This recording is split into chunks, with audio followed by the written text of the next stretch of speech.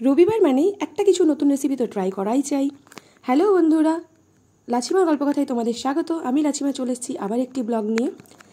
আজকে আমি তোমাদেরকে দেখাবো খুব অল্প মশলা দিয়ে কিভাবে চিংড়ি মাছটা খুব টেস্টি এবং হেলদি করে রান্না করা যায়। প্রথমেই মাছগুলোকে আমি সুন্দর করে একটা একটা করে ভালো করে কেটে নিলাম এবং তোমরা দেখতে পাচ্ছ যে আমি উপরের অংশটাকে কেটে ভিতরে একটা নাড়ি থাকে সেটা পর্যন্ত বার করে নিয়েছি।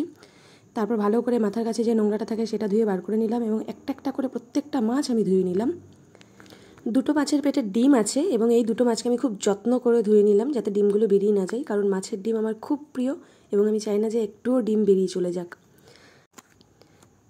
তারপর আমি সবগুলো মাছকে ভালো করে নেড়ে চেড়ে ধুয়ে নিলাম এবং দেখো কতটা পরিষ্কার করে ধুয়েছি। তারপর আমি সামান্য নুন এবং হলুদ দিয়ে দিলাম মাছগুলোতে, দিয়ে মাখিয়ে নিলাম ভালো করে। তারপর কড়াইতে তেল দিয়ে দিলাম, কড়াইটা গরম করে নিয়ে এবং তেলটাকেও ভালোভাবে গরম করলাম। এতটা গরম করেছি যে তেল দিয়েও ধোয়া বেরোচ্ছে। এই দেখো তেল দিয়ে ধোয়া বেরোচ্ছে। তারপর আমি জালটাকে একটু কমিয়ে দিয়ে মাছগুলোকে একটা একটা করে দিয়ে দিলাম।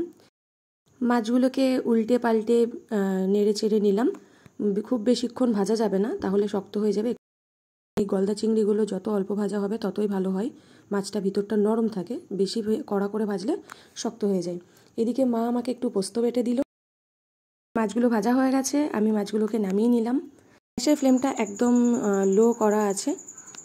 তারপর ওই তেলেই দিয়ে দিলাম কিছুটা পেঁয়াজ কুচি, একটা কাঁচা লঙ্কা, একটু আদা বাটা দিয়ে ভালো করে নেড়েচেড়ে নিলাম। এরপর অল্প একটু চিনি ছড়িয়ে দিলাম এর মধ্যে। তারপর দিয়ে দিলাম পোস্ত বাটা এবং টক দই 1 চামচ করে দিয়ে ভালো করে একটু নেড়েচেড়ে নিলাম। তারপর দিয়ে দিলাম পরিমাণ মতো নুন, লঙ্কা গুঁড়ো এবং একটু হলুদ।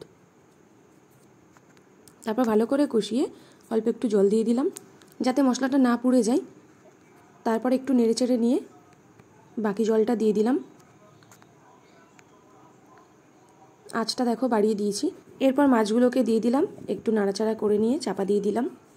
তারপরে গ্যাসের ফ্লেমটাকে একটু কমিয়ে দিলাম যাতে ভালো করে মাছটা সিদ্ধ হয়ে যায়। এবং এই সুযোগে আমি সবথেকে ছোটো বান্নাটাতে ওটাকে দিয়ে দিলাম। তারপর দিয়ে দিলাম কিছু টমেটো কুচি, দিয়ে আবার চাপা দিয়ে দিলাম।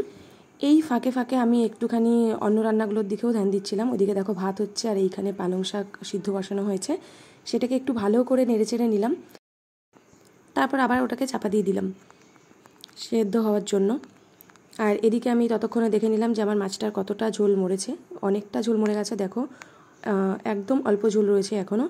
আর একটু ঝোলটা মারবো, যখন তেলটা ছেড়ে আসবে তখনই আমি চিংড়ি মাছটাকে নামিয়ে নেব। যেহেতু সারাদিন রোজা থাকার পরে খাওয়া হবে, আমি কিন্তু খুব অল্প মশলা দিয়ে এবং খুব হেলদিভাবে রান্নাটা করেছি। আশা করছি সারাদিন রোজা থাকার পর খেয়ে কোনো অসুবিধা হবে না আর খুব বেশি টাইম লাগবে না। রান্নাটা পুরো কমপ্লিট হয়ে গেছে, তেলটা ছেড়ে আসছে। এবারে আমি রান্নাটা নামিয়ে নেব। Thank you for watching.